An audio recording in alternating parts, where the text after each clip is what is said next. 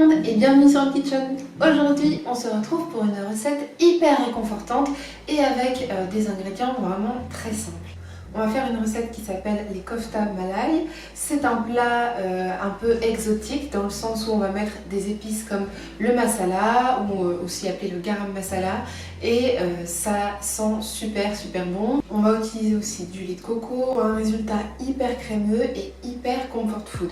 Les kofta malai c'est quoi? C'est des espèces de croquettes on va dire indiennes de pommes de terre qu'on peut mélanger avec des petits légumes comme des petits pois, des carottes, mais c'est surtout à base de pommes de terre. Et à la base, ces croquettes, elles sont aussi mélangées avec un fromage indien qui s'appelle le paneer. Alors ce fromage, pour ceux qui ne connaissent pas, on peut aussi en trouver à grands frais. C'est un fromage qui s'effrite un petit peu dans le style de la feta, voilà, de cet horizon-là. C'est pas de la feta, mais on pourrait dire que c'est à peu près de la même famille, c'est quelque chose qui pourrait ressembler si vous voulez vous faire une idée. Du coup, ces croquettes, elles sont super bonnes et ensuite elles sont recouvertes d'une sauce un peu orangée, je dirais, parce que à la base c'est avec des tomates, des épices et ensuite on vient mettre la crème de coco et là on a quelque chose de absolument divin, divinement bon. Ça se prépare en pas tellement de temps, honnêtement même vos enfants vont adorer. Pour ce qui est des croquettes, vous n'êtes pas obligé de les faire à la friteuse si vous essayez de faire attention à l'huile, que vous êtes anti-friteuse. Vous pouvez aussi faire ces petites croquettes au four. Ça demande un tout petit peu plus de cuisson, mais bon, c'est pas non plus exorbitant. En tout cas, j'adore cette recette et j'ai très hâte de vous la présenter. Donc tout de suite, c'est parti pour la liste des ingrédients. Pour réaliser cette recette, donc vous aurez besoin des bonnes pommes de terre, une carotte. Si vous avez un fond de petits pois, c'est idéal. Un petit peu de coriandre fraîche. Pour remplacer le paneer, on va prendre l'option du tofu. Je vous conseille de prendre comme moi un tofu frais. En général, ce sont ceux qui sont vendus en barquette, immergés dans de l'eau et pas sous vide, qui sont un peu plus secs et avec des goûts un peu plus prononcés. Voilà, je trouve qu'il y a des arrière-goûts un petit peu désagréables dans les tofu sous vide. Ceci après est une opinion personnelle, mais le tofu frais est bien plus adapté pour réaliser cette recette. Hormis les légumes, on aura aussi besoin de l'oignon, de l'ail, du gingembre frais.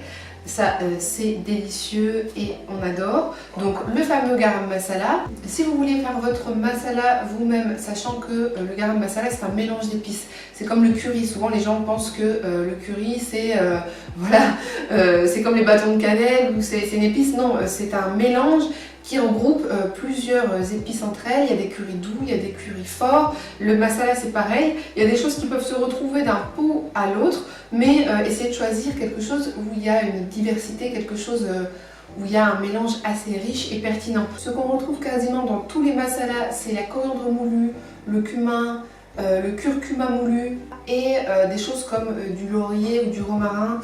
Voilà, c'est les choses qu'on retrouve. Après, dans certains, il va y avoir du fenugrec, dans d'autres, ça va s'arrêter là. Mais voilà, c'est un peu comme le ras el hanout. Il y a des ras el hanout avec 25 épices, des ras el hanout avec 4 épices. Je vous conseille de regarder un petit peu derrière ce qui se passe. Ensuite, on aura besoin juste de la pulpe de tomate. On va en prendre 2 boîtes et du lait de coco. Donc, pas de la crème de coco, mais bien du lait de coco. Enfin, tout ce que vous aurez besoin, c'est une petite poignée de noix de cajou, donc ni grillées ni salées, hein. En général elles sont vendues en vrac dans les hyper. Voilà pour les ingrédients, il n'y a rien de vraiment très compliqué ou farfelu. Et maintenant, on passe à la préparation. Alors on commence par éplucher 5-6 patates qu'on va ensuite couper en cubes pour les faire bouillir et les réduire en purée. Donc une fois mes 6 pommes de terre détaillées en gros cubes, je les recouvre d'eau dans une marmite et on va faire bouillir tout ça avec un couvercle pendant un minimum de 25 minutes pour être sûr qu'elles soient vraiment très tendres. Quand les patates sont cuites, je les mets de côté et je passe au reste. Je fais chauffer une poêle avec un petit fond d'huile et je vais venir blondir mon oignon jaune que j'ai détaillé plus tôt en petits morceaux. Quand l'oignon a bien doré, je vais rajouter 3 gousses d'ail émincées. Aujourd'hui, je ne vais pas me prendre la tête avec le pressail puisque à la fin de cette préparation, la sauce va passer au mixeur. Donc là, on va simplement faire une espèce de base aromatique dans laquelle ensuite on va faire griller les épices pour décupler leur saveur. Après que l'ail est revenu environ 1 minute, on va rajouter le gingembre frais. Ici, j'ai simplement râpé un petit morceau.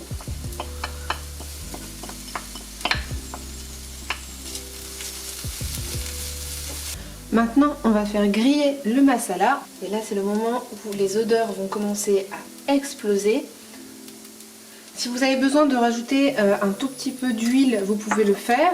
Moi, je vais rajouter 2 masalas qui me plaisent, que j'ai goûté. Un qui est assez fort en goût, il y a du cardamome, et un deuxième qui est un peu plus doux.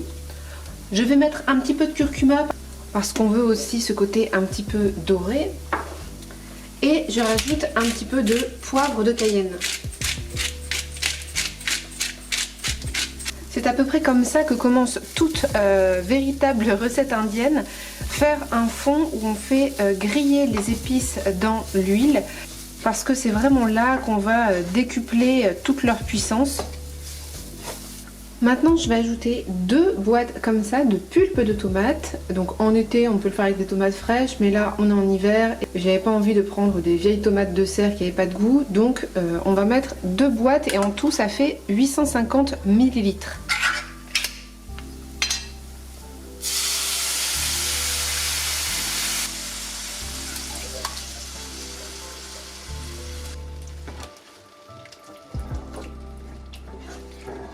On n'oublie pas de saler bien sûr. Je rajoute une petite pointe de sirop d'agave pour contrer un petit peu l'acidité de la tomate. Puis on rajoute la poignée de noix de cajou. Pour ceux qui veulent compter, il y en a pour 40 grammes. On les met directement dans la sauce et on va les laisser mijoter comme ça avec le reste, avec un couvercle pendant 15 minutes. Donc ne vous inquiétez pas, les noix de cajou vont du coup avoir le temps de bien ramollir. On les laisse 15 minutes à petit feu, bien mijoter dans la sauce. Du coup, au bout de 15 minutes, je transfère le contenu de ma poêle dans mon petit blender et on va blender à fond pour avoir un résultat ultra smooth, ok? Du coup, on peut retransférer notre mixture qui est cette fois-ci parfaitement lissée, parfaitement homogène. On a une crème un peu orangée, gold, magnifique, qui sent bon les épices, qui a un super goût. Et on va maintenant y ajouter une touche de décadence avec le lait de coco. Donc ce qu'on peut faire, c'est ajouter 80% de la canette et en garder juste un tout petit peu pour le dressage en fait, juste avant de servir, pour ceux qui veulent une petite lichette par au-dessus les croquettes qu'on va réaliser après. Vous pouvez aussi bien tout mettre, hein, mais c'est une petite préférence comme ça qu'on a. Maintenant, donc du coup, on va bien mélanger la crème à notre sauce au masala. Donc elle va devenir orange clair, vraiment dorée, super belle. On la fait revenir comme ça, juste le temps de faire chauffer la crème et de bien l'assimiler à la sauce. Et ensuite on réserve, on coupe tout et on s'occupe de nos croquettes avec les pommes de terre qui nous attendent. Maintenant, au-dessus d'un grand récipient, donc on va s'occuper de notre tofu. Vous allez l'émietter avec vos mains. Donc vous voyez, en plus le tofu frais, il a une texture qui est particulière par rapport au tofu sous vide. Donc on l'émiette comme ça avec ses mains grossièrement. On ne le passe pas au mixeur parce que sinon ça va donner tout de suite une espèce de crème et c'est pas ce qu'on veut. L'idée c'est vraiment juste de l'écraser, de donner une espèce de texture de ricotta. Donc pour ceux qui voudraient prendre exactement ce tofu, c'est un tofu que je trouve à grands frais. Donc je précise bien entendu que j'ai essoré avant le tofu pour le vider un peu quand même de son eau, qu'on ne se retrouve pas avec quelque chose qui rende trop d'humidité. Donc là c'est la texture qu'on a envie d'avoir. Donc on ajoute notre tofu ricotta aux pommes de terre. On vient mettre les 3/4 de notre bouquet de coriandre qu'on a haché. Je mets également l'équivalent d'un petit verre à moutarde de petits pois que j'ai fait à peine décongeler. Plus une carotte grossièrement râpée. Ensuite, je vais commencer à tout mélanger. Personnellement, quand je confectionne des boulettes, que ce soit aux pommes de terre, aux légumineuses ou autres, j'utilise mes mains. J'ai aucun souci à utiliser mes mains en cuisine.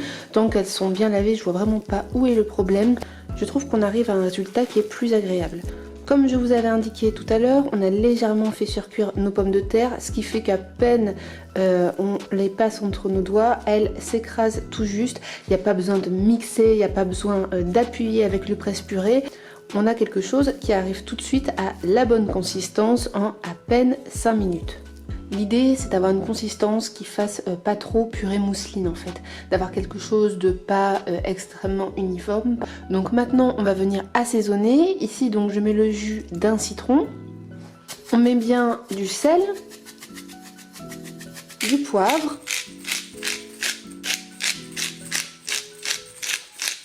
et on rajoute un petit peu de garam masala. Donc là, on mélange correctement les épices et on vient verser 60 g de fécule pour être sûr que les boulettes se tiennent parfaitement à la cuisson. Que vous aviez envie de les frire ou de les faire cuire au four, il faut être voilà, bien sûr qu'elles se tiennent et qu'elles se fissurent pas, qu'elles éclatent pas.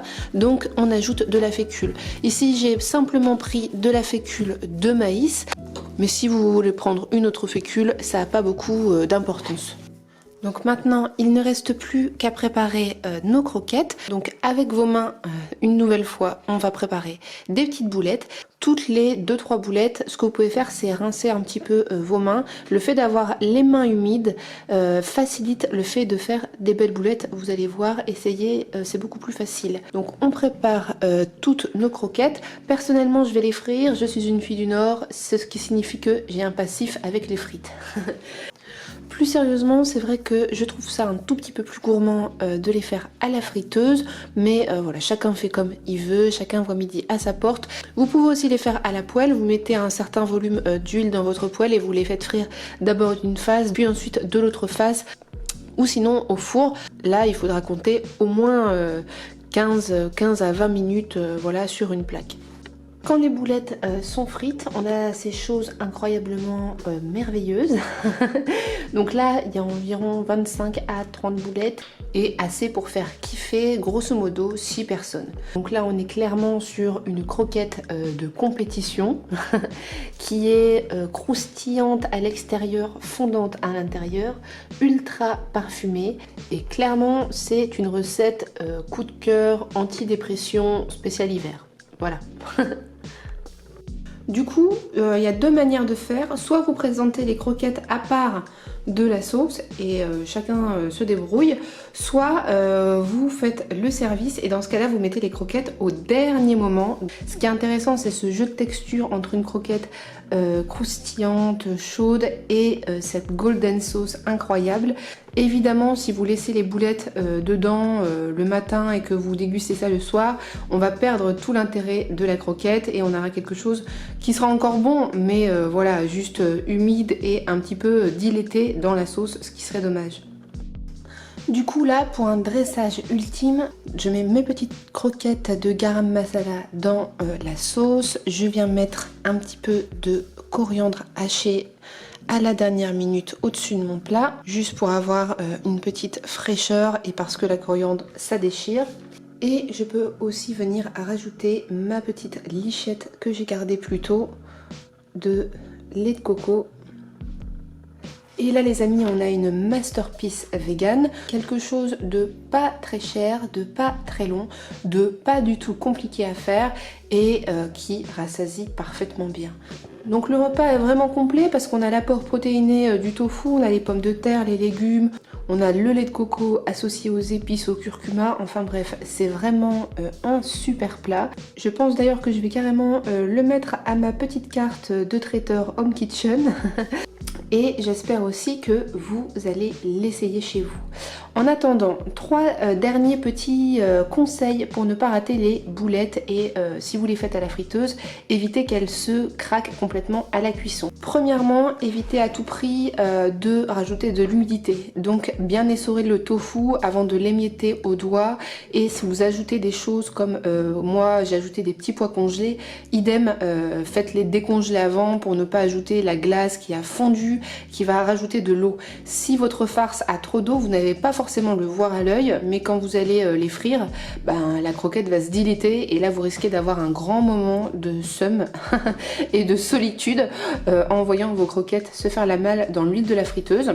Ça c'est un premier point. Deuxième point, la température. Comme toujours, on met ça à 180 degrés. Si on met moins, elles vont absorber une tonne d'huile. Si on met plus, elles vont cramer tout de suite. Donc 180, 185 degrés, pas plus. On en met 4-5 à la fois, inutile de les entasser, sinon elles vont se coller ensemble et ça va aussi être une semi-catastrophe. Et enfin, comme je vous l'ai expliqué, utilisez vos mains, mais mouillez-les, de sorte à pouvoir bien compacter la boule et faire qu'elle soit un petit peu compacte au moment où vous allez la mettre dans votre panier de friteuse ou même d'ailleurs au four. Ça va éviter qu'elle ait des fissures et que vous ayez un rendu moche tout simplement. J'espère vous avoir convaincu avec cette recette, j'espère que vous allez kiffer chez vous. Je vous attends dans la barre des commentaires, je vous remercie pour vos soutiens, vos petits messages, vos partages. Je vous vois et vous êtes génial de ouf. On se retrouve donc mercredi prochain et bon appétit. Allez, ciao!